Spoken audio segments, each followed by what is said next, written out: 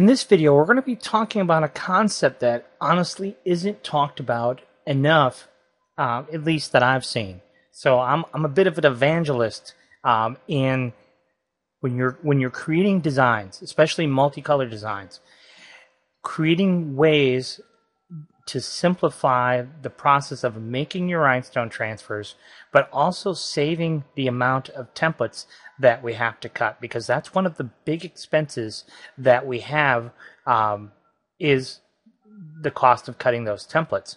And of course, the more templates that we have to fiddle with, the more complicated it is to make a multicolored design.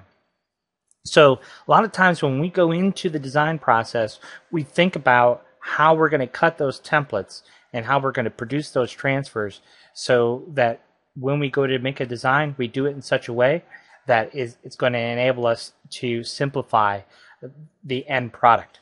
So I want to show you how we're going to use EasyStone to do our template separations for us. So what we did is we knew in our mind what we wanted the design to look like.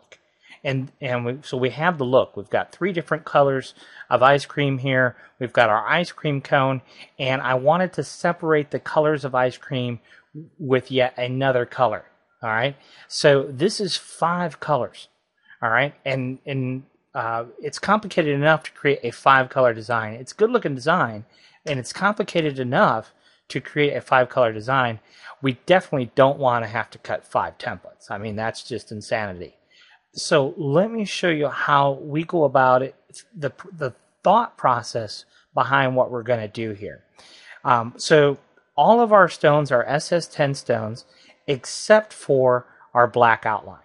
Okay, we did the black outline as SS6 stones for a very specific purpose. So let me show you what we're going to do. We're going to select our design. We're going to come over here to export vector file, and we get this advanced export option where it's going to allow us to define how we want to set up our templates. So the first template we're going to cut is our ice cream cone. That's the smoked topaz. Then the next thing that we're going to cut is we're going to cut our jet black. Now, because the jet black is SS6 stones and the topaz is SS10s, we can put those on one template because our SS10 stones won't fit in an SS6 hole. So those two will work well on one template. But I also added peridot on this first template, and that's the stones here, the green stones here in the middle. Now, why did I do that? Well, there's enough separation between the topaz and the peridot where when we're brushing in our topaz stones, we don't really have to concern ourselves with the SS10 stones fitting in these holes because of the separation there. And of course, we don't care that there's SS10 stones next to SS6 stones. We don't care about that because 10s won't fit in the 6 holes anyhow. All right, so that takes care of template 1. Template 2, we're going to do the leftovers. So we're going to do citrine and pink. And the reason that we can put both of these colors on one template, again, is because of the amount of separation that these 2 colors have.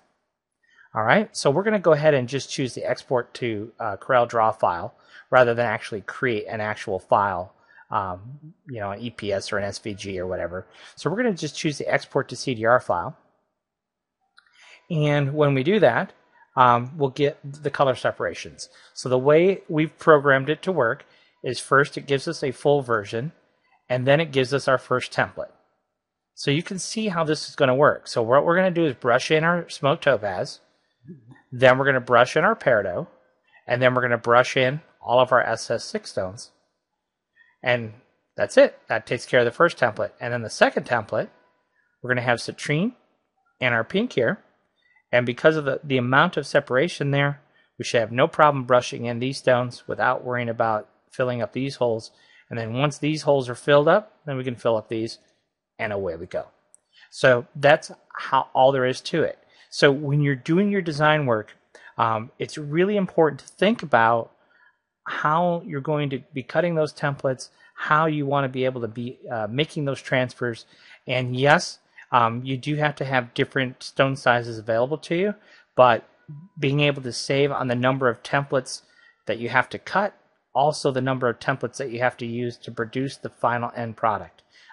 Very important to give those considerations before we begin that design process.